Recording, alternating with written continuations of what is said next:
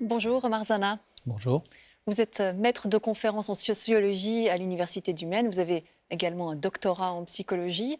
Alors, vous travaillez sur l'empathie depuis plusieurs années, dans des milieux assez différents, au milieu carcéral avec des mineurs délinquants. Et puis, dans les écoles aussi, vous proposez un programme d'éducation à l'empathie dans le département de la Sarthe, en France. Alors, on vient de le voir dans le reportage. L'empathie, ça s'apprend, mais ça veut dire quoi? Ça veut dire que ce n'est pas du tout naturel pour les enfants d'être empathiques. Alors ça veut dire que que sans doute qu'on a tous une part en nous d'empathie qui est donnée d'un point de vue biologique. Là-dessus, les chercheurs ne sont pas tout à fait d'accord, mais moi je pars du principe que c'est une donnée pour tous, mais qu'ensuite elle s'apprend. C'est comme vous voulez, si vous voulez, c'est comme finalement faire du vélo. C'est-à-dire qu'on ne naît pas en sachant faire du vélo, on apprend à faire du vélo. Eh bien, on peut naître avec une disposition à l'empathie que l'on a tous, que l'on partage tous, que toute espèce humaine partage, mais qui a besoin d'être musclé, travaillé, dans le cadre de l'éducation notamment. Et c'est comme le vélo, ça s'apprend vers l'âge de 3-4 ans ou on peut l'apprendre plus tard? Alors, Pareil. oui, c'est-à-dire le vélo, on peut apprendre ça à n'importe quel âge. Et bien l'empathie, on peut aussi apprendre ça à n'importe quel âge, sachant que il est parfois préférable de la développer enfin, de la booster, je dirais, Mhm. plutôt dès le plus jeune âge, parce qu'ensuite, c'est ça. Si vous voulez, les apprentissages qui se font dès le plus jeune âge sont plus pérennes par la suite, ce qui ne veut pas dire qu'on ne peut pas apprendre une fois passé 20 ans, une fois passé 40 ans, on peut apprendre à être empathique envers autrui, quel que soit l'âge. On va y revenir parce que justement, vous travaillez avec des personnes délinquantes à qui vous essayez de remettre un petit peu face à ce besoin d'empathie. Euh, Qu'est-ce qu'on entend en fait par empathie concrètement? Comment bien comprendre ce terme? Alors, on dit souvent que l'empathie, c'est notre capacité à nous mettre à la place de l'autre. C'est une bonne et une mauvaise définition, tout simplement parce qu'on ne peut jamais se mettre à la place de l'autre. C'est pas possible, parce que Mm. l'autre est toujours différent. En revanche, on pourra dire que l'empathie, c'est notre capacité à appréhender le paysage intérieur d'autrui sans pour autant s'y confondre. C'est-à-dire qu'il y a toujours, dans l'empathie, il y a toujours cette nécessité de se mettre à distance d'autrui. C'est-à-dire que on n'est pas l'autre, mais on comprend qui est l'autre. Mhm. Et Euh, la différence peut-être avec la sympathie.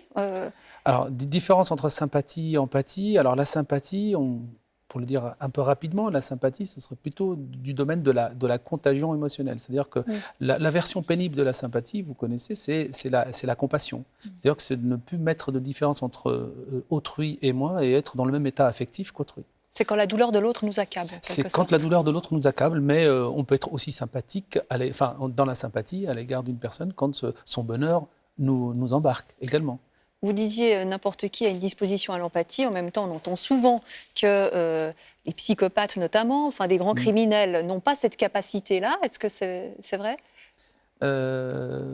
Alors, tout dépend de quel type d'empathie on parle.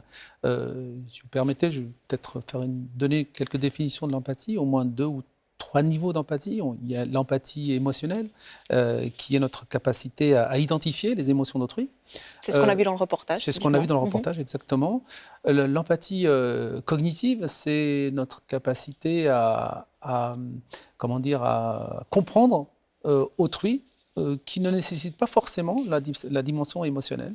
Et donc, ça répond un petit peu à votre question. C'est-à-dire que le psychopathe, lui, il est doué d'une capacité, d'une disposition d'empathie cognitive, sans quoi il ne pourrait pas justement exercer sa perversion. Mhm. Puisque pour pouvoir exercer sa perversion, il faut qu'il ait une connaissance précise de la manière dont la personne chez qui il souhaite exercer sa perversion fonctionne. Donc on voit bien que finalement, cette empathie, elle est capable, notamment l'empathie cognitive, elle est capable du pire comme du meilleur.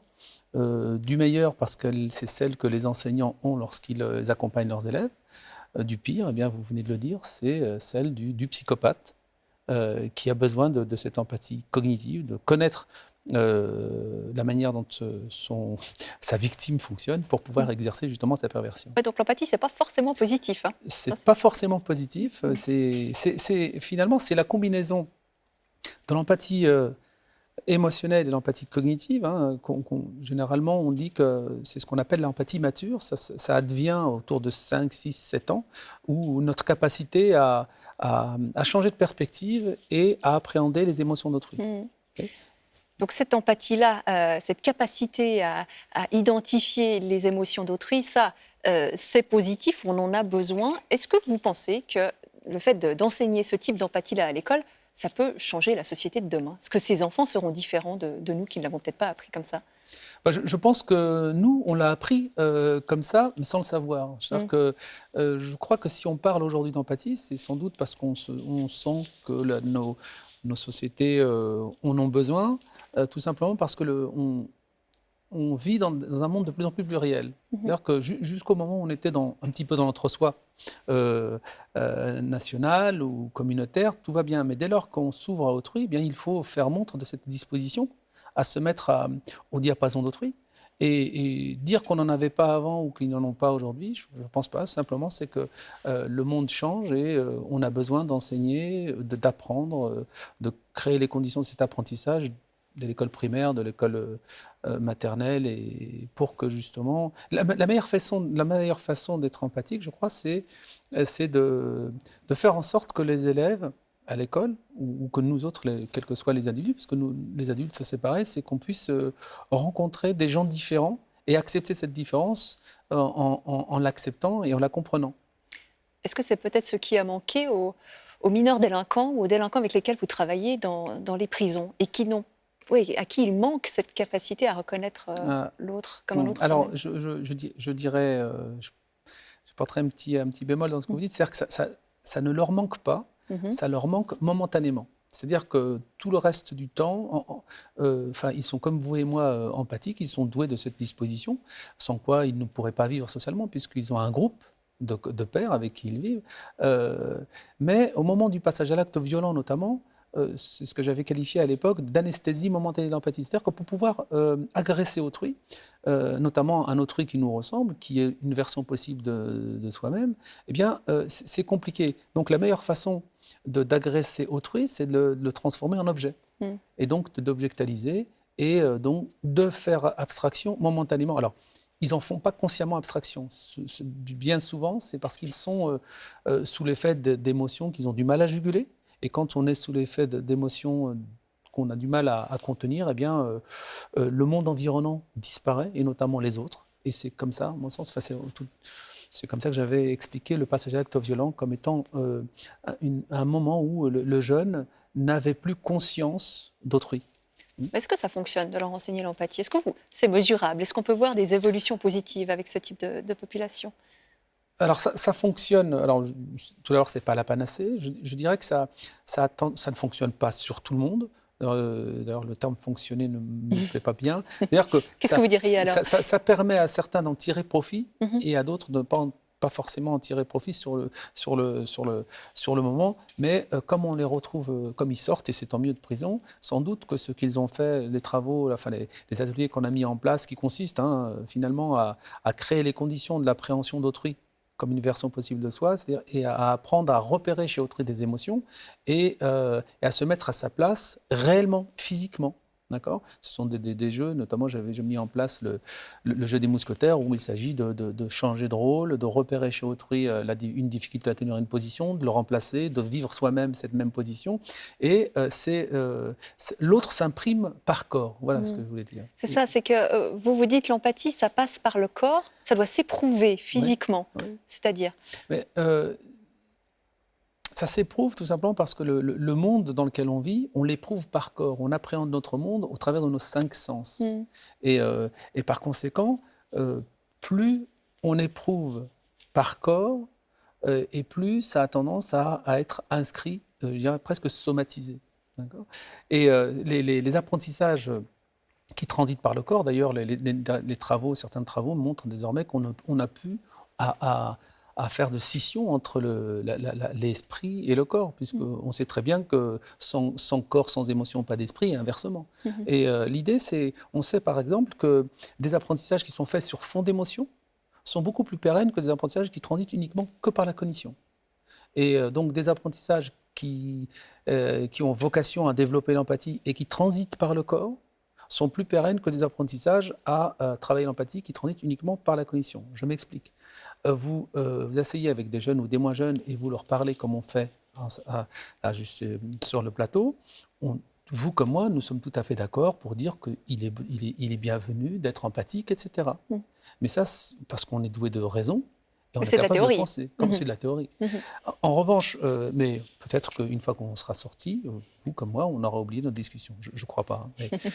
Mais en revanche, si cette discussion advient après une mise en jeu corporelle, eh bien, vous voyez bien que dès lors qu'il y a mise en jeu corporelle, il y a forcément quelque chose de l'ordre de la physiologie qui est en route et quelque chose de l'ordre des émotions qui sont mises en route. Donc, ça prendra plus corps, finalement. Mais d'ailleurs, vous avez parlé de jeu de rôle, mais vous faites autre chose avec les délinquants. En prison, vous les faites souffrir.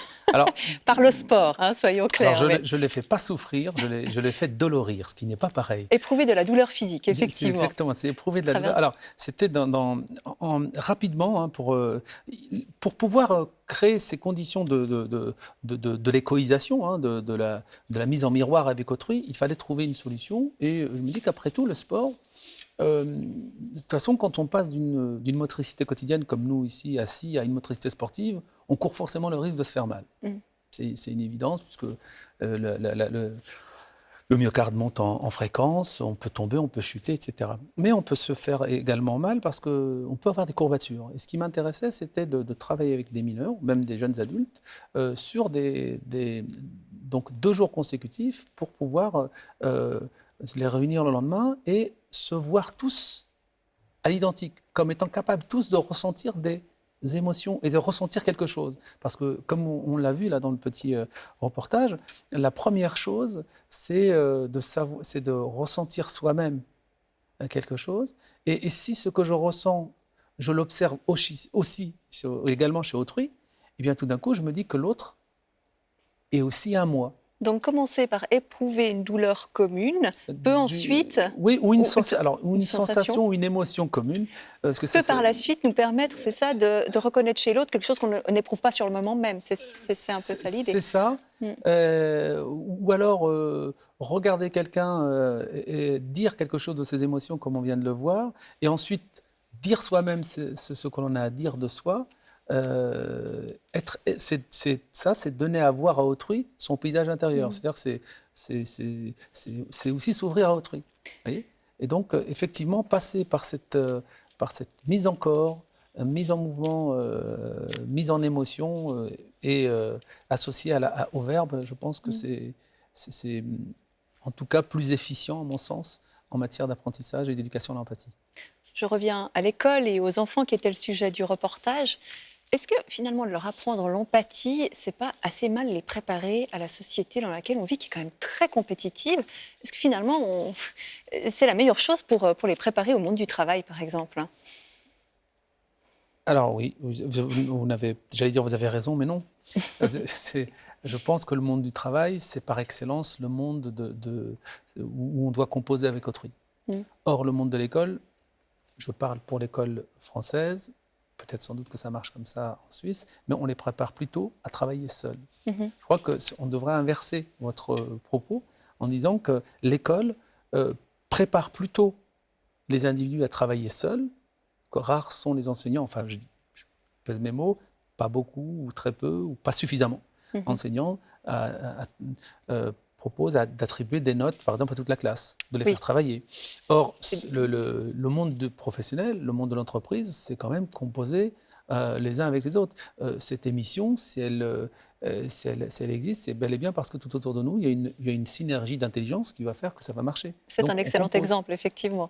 Mais donc, ça veut dire que peut-être le monde de demain, justement, le monde de l'entreprise de demain, recueillera aussi les fruits de cet apprentissage que les enfants font à l'école aujourd'hui, de travailler plus ensemble, de reconnaître plus en l'autre des émotions. Et qui sait, peut-être, alors je ne sais pas, aujourd'hui, les promotions dans une entreprise, elles sont individuelles, peut-être qu'elles pourront être communes. Communes, mais je pense que ça peut aussi permettre de prévenir, on parle beaucoup de burn-out, ça peut aussi permettre de prévenir ces états de burn-out, tout simplement parce qu'on aura appris à lire par corps, ou à lire, ou entendre dans les mots d'autrui qu'il ne va pas bien, et donc à prévenir, plutôt que d'être amené à guérir. Et effectivement, une promotion collective, c'est une belle promotion pour l'entreprise. C'est intéressant, cette notion d'empathie qui pourrait prévenir le burn-out. On va rester là-dessus. Je vous remercie beaucoup, Monsieur Zana, d'avoir participé à cette émission. Merci.